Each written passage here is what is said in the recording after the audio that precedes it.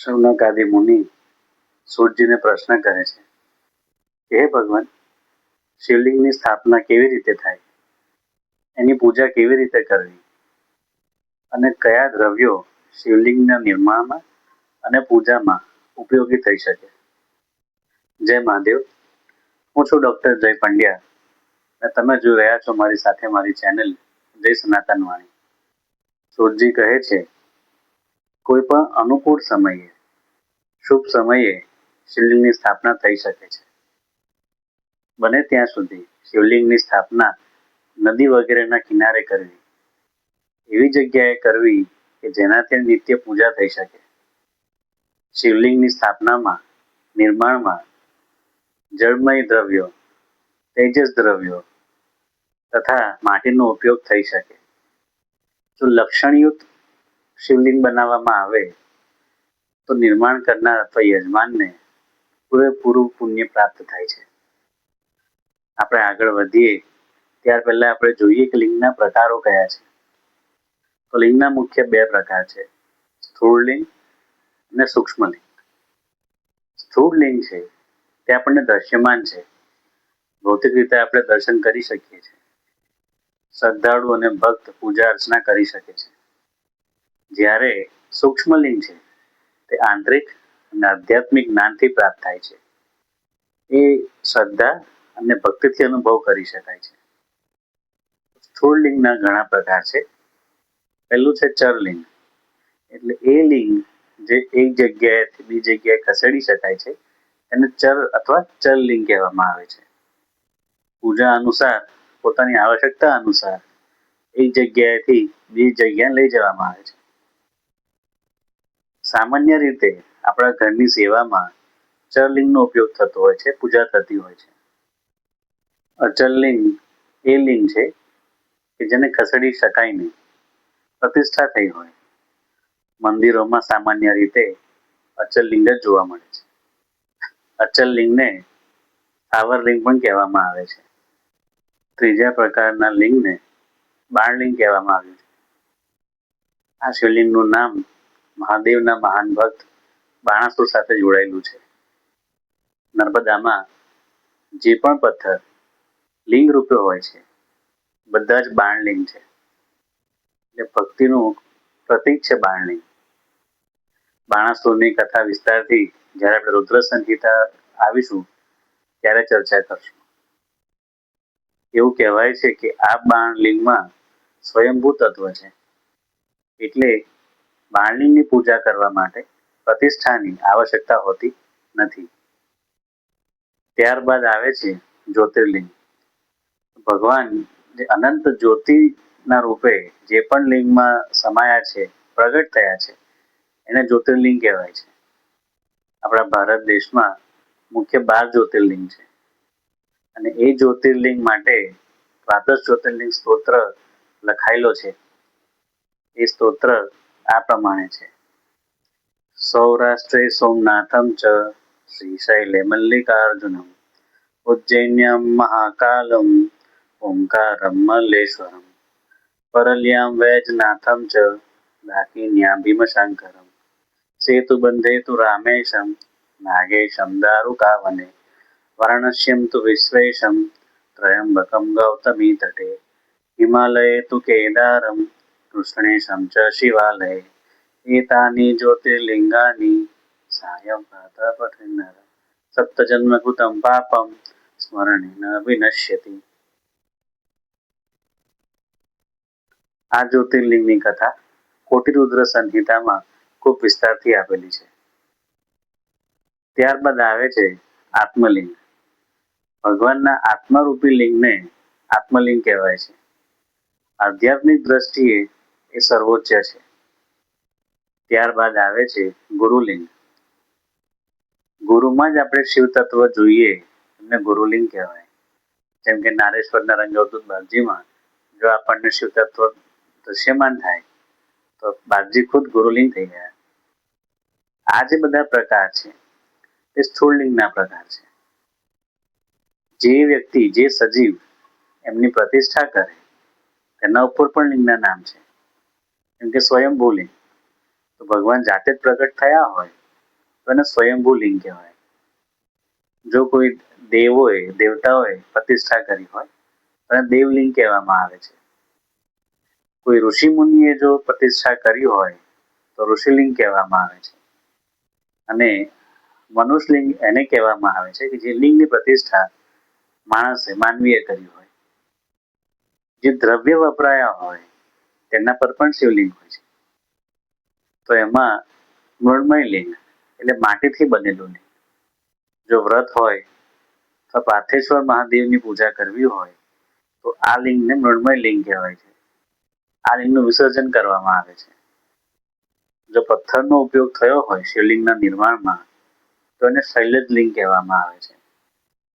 રત્નજડિત લિંગને રત્નલિંગ કહેવામાં આવે છે. આ ખૂબ દુર્લભ અને ખૂબ ભક્તિભાવથી ભરેલું લિંગ હોય છે. ત્યારબાદ લોહમય લિંગ, જે લિંગ ચાંદી, સોનું, તાંબુ અથવા પિત્તળથી બનેલું હોય તેને લોહમય લિંગ કહેવામાં આવે છે.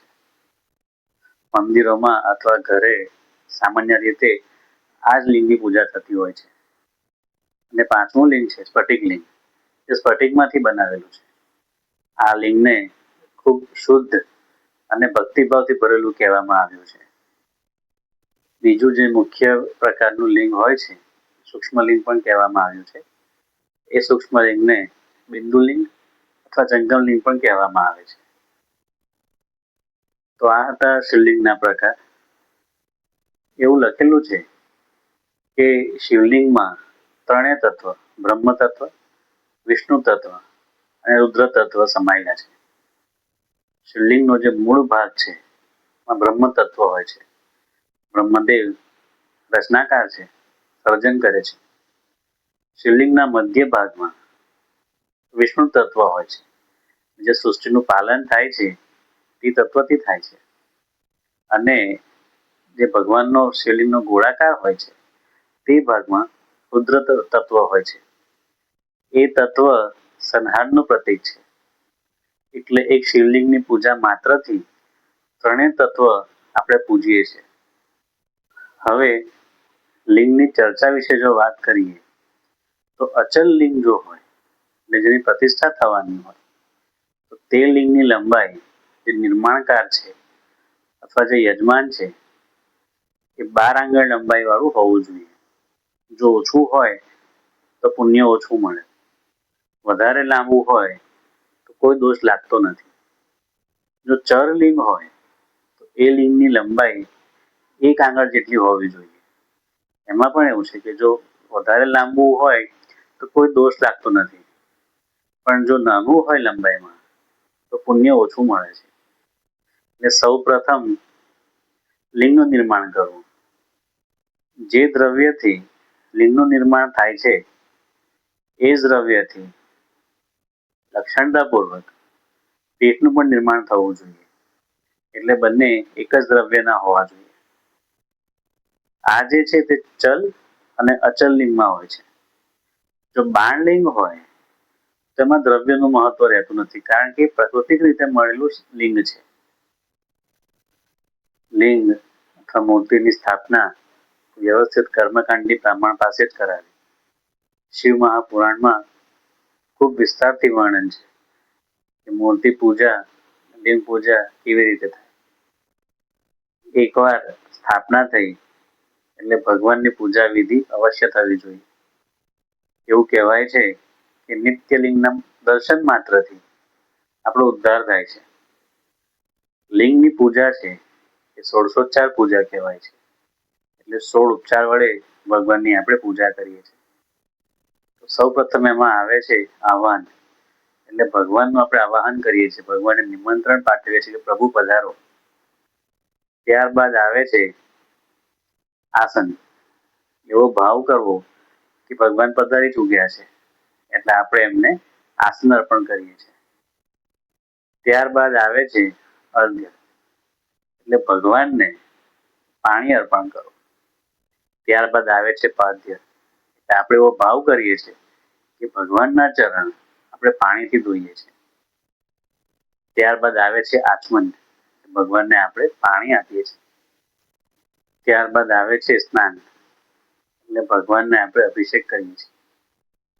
એકવાર સ્નાન થાય એટલે ભગવાનને આપણે વસ્ત્ર અર્પણ કરીએ છીએ, યજ્ઞોપવિત જનોઈ અર્પણ કરીએ છીએ. ત્યારબાદ ભગવાનને આપણે ધૂપ, દીપ, પુષ્પ વગેરેથી શણગાર કરીએ છીએ.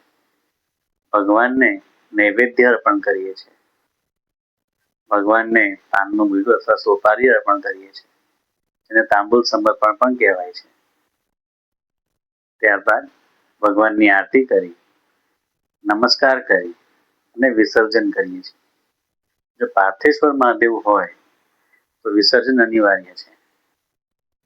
શિવ મહાપુરાણમાં એવું કહ્યું છે કે જો અચલ લિંગ હોય, પ્રતિષ્ઠિત લિંગ હોય, તો પૂજાની જે સામગ્રી છે એનું દાન કરવાથી પણ આપણને આખી પૂજા કરવાનું ફળ મળે છે. શિવ મહાપુરાણમાં એવું કહ્યું છે કે ભગવાનના દર્શન માત્રથી, નમસ્કાર માત્રથી, પ્રદક્ષિણા માત્રથી પણ શિવપદની પ્રાપ્તિ થાય છે. કે નિત્ય 10,000 જપ પ્રણવ મંત્રના કરવા જોઈએ. એટલે ઓમના મંત્રના જાપ રોજ 10,000 કરવા જોઈએ. અથવા બંને સંધ્યાએ પંચાક્ષર મંત્રના 1,000 જાપ નિત્ય કરવા જોઈએ. જો આટલું કરીએ તો આપણને ભગવાનની કૃપા અને શિવપદ ચોક્કસથી પ્રાપ્ત થાય છે. એવું કહ્યું છે કે 5 કરોડ પંચાક્ષર મંત્ર કરવાથી વ્યક્તિ સદાશિવને સમાન થઈ જાય છે. જો 1 કરોડ જપ કરે તો બ્રહ્મપદની પ્રાપ્તિ થાય છે. 2 કરોડ જપ કરે તો વિષ્ણુ સમાન થાય છે. 3 કરોડ જપ કરે તો રુદ્ર સમાન થાય છે. 4 કરોડ જપ કરે તો મહેશ્વર સમાન થાય છે. અને જેમ મેં કહ્યું તેમ જો 5 કરોડ કરે તો સદાશિવ સમાન થઈ જાય છે. પંચાક્ષર મંત્ર કરવાની પણ વિધિ છે. જો દ્વિજ હોય તો પંચાક્ષર મંત્રનું ઉચ્ચારણ નમઃ શિવાય એ થવું જોઈએ. એ ખાસ ધ્યાન રાખવું કે પંચાક્ષર મંત્ર કરતી વખતે નમઃનું ઉચ્ચારણ શુદ્ધ થાય. એટલે દ્વિજ હોય તેમણે નમઃ શિવાયના જાપ કરવા. જો દ્વિજથી ભિન્ન વર્ણ ના હોય તો શિવાયનું ઉચ્ચારણ પહેલા કરવું. એટલે મંત્ર થાય શિવાય નમઃ. સ્ત્રીઓ માટે પણ એ લાગુ પડે છે.